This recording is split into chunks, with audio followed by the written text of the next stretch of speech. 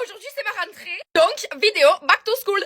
Je vais vous montrer mon petit outfit de la rentrée. Donc j'ai mis le pull quechua du daron avec un jean. Alors j'ai vu énormément de vidéos back to school mais qui étaient assez centrées sur l'apparence. Alors c'est vrai que pour réussir une année scolaire, l'apparence ça reste quand même vachement important. Faut savoir qu'au collège, moi j'étais un garçon manqué. Par contre au lycée, j'allais vraiment en talons au lycée sans gêne. J'étais littéralement jamais habillée et je me retrouvais H24 dans le bureau de la CPE parce qu'elle était en mode wesh, rabis-toi, j'étais en mode il y a quoi maintenant, je m'habille pas. Avec 3% de tissu toute l'année. Par contre j'ai eu mon bac avec 18 et les félicitations du jury.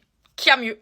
Vous donner 2-3 conseils pour réussir une année scolaire. Faut savoir que sans me vanter, j'ai eu toutes mes années scolaires par excellence et cette année, je redouble. Je sais à peu près ce qu'il faut faire et ce qu'il faut pas faire. Première chose, aller en cours. Alors ça a l'air assez bébête de dire ça comme ça, mais c'est vachement important, aller en cours. Donc vous allez en cours et que vous écoutez, le travail il est mâché déjà à 50%. Tu rentres, tu relis ton cours et c'est fini. Deuxième chose, et ça va de pair avec la régularité, soyez assidus. Je suis quelqu'un de vraiment toujours en retard, du coup ce que j'essaye de faire c'est d'être H24 en avance pour être à l'heure. Après le truc avec moi c'est que je suis vachement perfectionniste, ça peut être un défaut comme c'est une qualité. Je crée avec les très bons élèves et je le vois même à l'heure actuelle avec les gens de ma classe, parce que c'est tous des premiers de la classe, parce que c'est une espèce de parcours d'excellence avec que des premiers de la classe, c'est qu'ils visent l'excellence. Ils ne vont jamais rendre un truc s'ils trouvent qu'il y a des petites erreurs ou que c'est bâclé. Je jure que moi ça me stresse, ça me gratte, il y a 2-3 petits détails qui me rendent de folle et que je trouve pas bien. Autre chose, et ça c'est vachement important, essayez de prendre plaisir à ce que vous faites, de faire de l'environnement scolaire une sphère de plaisir. C'est-à-dire quand vous allez en cours, donc vous êtes content d'aller en cours, surtout pour participer, genre revoir vos profs et tout, les profs c'est vraiment les amours de mes vies. Profs, les cantiniers et les agents de ménage, mes amours. Mes amours. Les matières que vous aimez pas, essayez de trouver le petit point positif, genre le petit truc intéressant qui fait que vous allez aimer cette matière.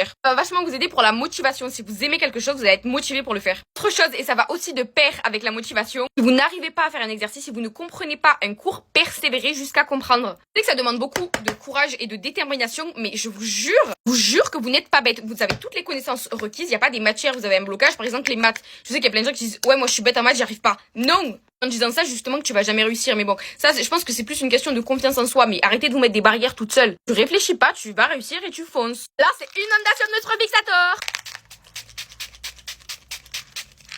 Je vais péter un câble. J'ai fini mon make-up, ça c'est mon make-up de tous les jours. Dites-moi si vous aimez. Genre qu'au quotidien, je fais pas mes lèvres parce que ça me gêne et surtout que je dois refaire le contour H24. Gros bisous, mes lives.